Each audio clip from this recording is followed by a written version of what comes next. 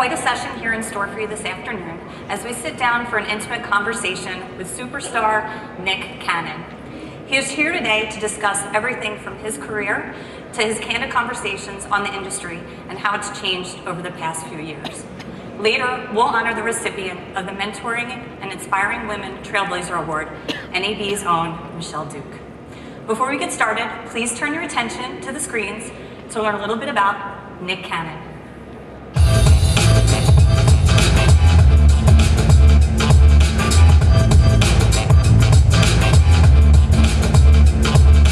Nick Cannon here, and finally we have something fun involving math.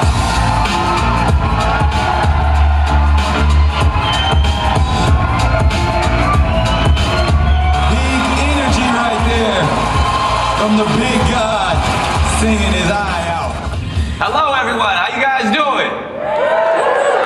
All right, we got a live one. We do. We were just talking about if we should do a dance on stage. Well, I'm like, I don't know about that. It's all you, I'll let you, it will be quite entertaining.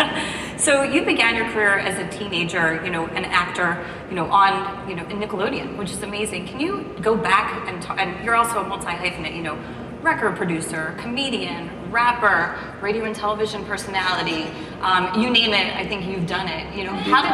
Mentor, yeah, excellent, that's a great point, mentor.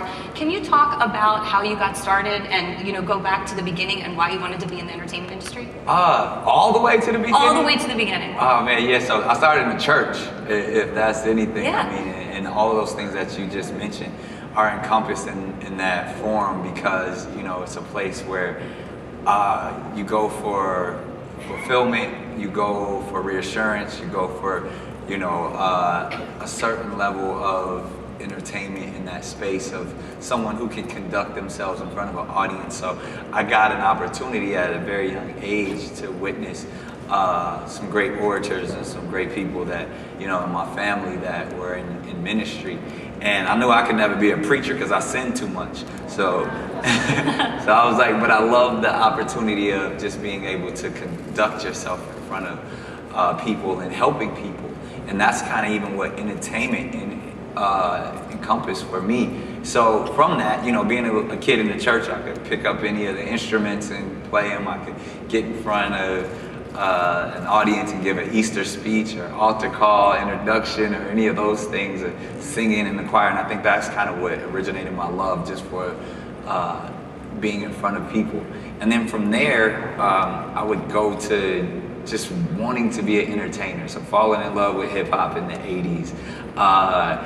Working at a radio station in high school, jamming Z90 in San Diego, and just interning and wanting to be a part of it. And at that time, I was making music and, producing and DJing and throwing parties in high school. So that was just like the perfect conduit for me to be like, oh, I can do everything I do at school, I can do on a massive level, and just really had a great respect for radio and learning that. And then stand-up comedy is kind of simultaneously happened with that because my father, who was a minister, really didn't let me do much in the space of like the world or secular entertainment, but he was like, you may not be able to listen or participate in it, but I encourage you to create your own. So with public access television, my dad was a struggling televangelist and he didn't have a crew, so I had to become the crew. So I had to go through all, if anybody's ever been a part of,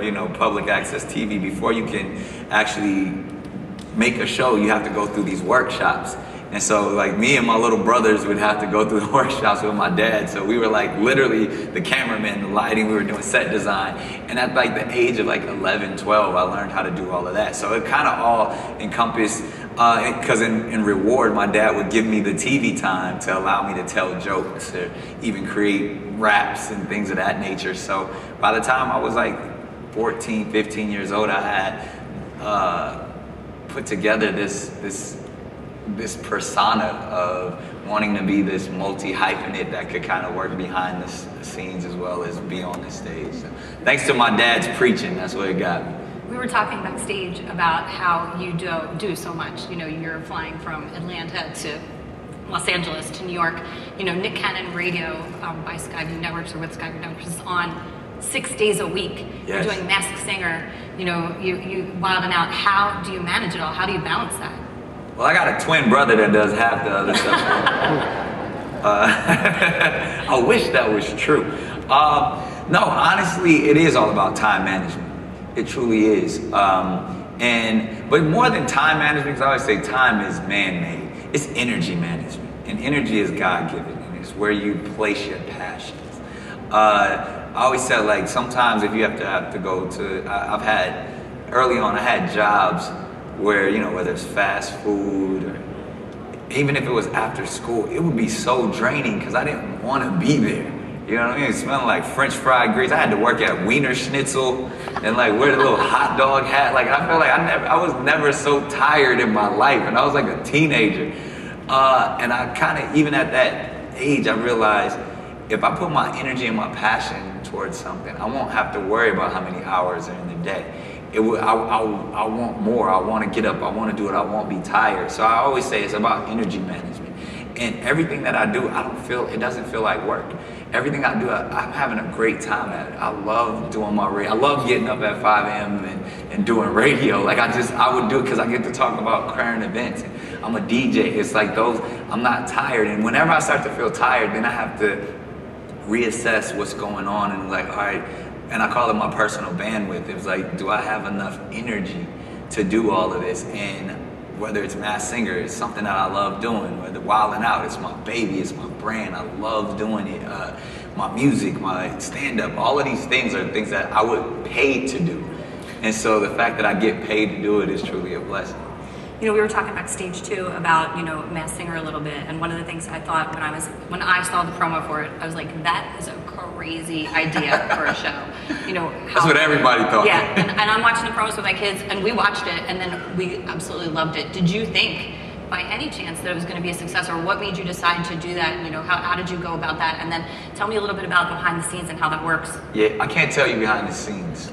I know you really don't know. It's top secret. Yeah, I can't tell you really any don't of know that. yeah. No, but I'll definitely cue you in. I'd have to say it goes back to exactly what we were just saying, because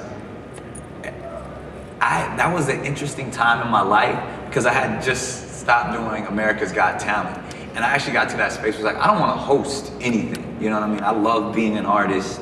And, people say I'm pretty good at hosting, but like certain times when I host, it can feel like a job. And I was like, I don't want to have to go to a set for 16 hours a day or somewhere I don't want to be. The thing about America's Got Talent, which was amazing, is like all of the talent is what kind of kept me energized. And so I never felt like I was at work when I was dealing with the talent. And I was like, I need that. If I ever host anything again, I need that similar energy. Otherwise, it's just another job at reading teleprompter. And it's like, that's cool, but I'd rather do something that has never been done before. So when the Masked Singer came, I was like, that is so crazy that might be it. Like I was really just looking for things to produce and something that I didn't see on television. So I kind of had a cheat sheet because the Masked Singer was successful in some other markets internationally. And I was like, all right, if I put my spin on it and was allowed to do this and that and kind of Americanize what it should be, I feel like it could actually work and probably be even better than the previous times that it's been put up. So it was the mixture of people saying that'll never work, that's too crazy, where are you gonna find celebrities to put on Chuck E. Cheese costumes and sing karaoke? And I mean, thanks to having a great crew and a great team, we've been pulling it off and going into season 8 right now. So to be one of the #1 shows on television with a zany idea. And I think the secret to the sauce is it truly is family entertainment. And to its core, when that true idea of escapism, that you can sit down with your entire family and forget about anything that's serious that's going on in the world because you got, Mickey Rourke in a bunny costume. It's like that concept is just so out there that I feel like people, it's almost like, Disneyland on TV every day. I've seen when you feel like you know who the person is, like when I'm watching the show, or when you don't know, so, when you're just really surprised. So do you have someone that you were just shocked on that was like your favorite? And then who was like a really good friend that you had no idea maybe that was on the show? It was, in being an executive producer of the show, they kind of put me in this weird bubble because when they need somebody to do the show, they call me, but they don't want to let me know who's on the show. So I would have to say the one that kind of I got a chance to dance in both of those worlds. After the first season, and when T-Pain won the first season, who was a close friend, a lot of my friends in the music industry were like telling me how big of fans they were of the show. And the person that shocked me the most is like Lil Wayne came up to me and told me he was a fan of the show. So I was like, yo, you should do it. And I was like, I know Lil Wayne's not gonna do it. I know Barack Obama's not gonna do the show. I know Lil Wayne's not gonna do the show. Kanye's not gonna do the show. But these are people I know. But it's like, it'd be awesome just to shoot my shot. And Wayne was like, man, I really love it. I love watching it with my family. So I didn't think he was gonna do it. And so when he actually, it's like Wayne's the type of person, he could have like a giant stadium full of people and he might not show up. So when he took off that thing, I was like, yo, I can't believe one of the greatest, hip hop stars of our generation came to sing on The Masked Singer. And it was like the night of the Super Bowl and they voted him off. So it was like probably one of our biggest nights and he only got a chance to sing once, but it was still outstanding.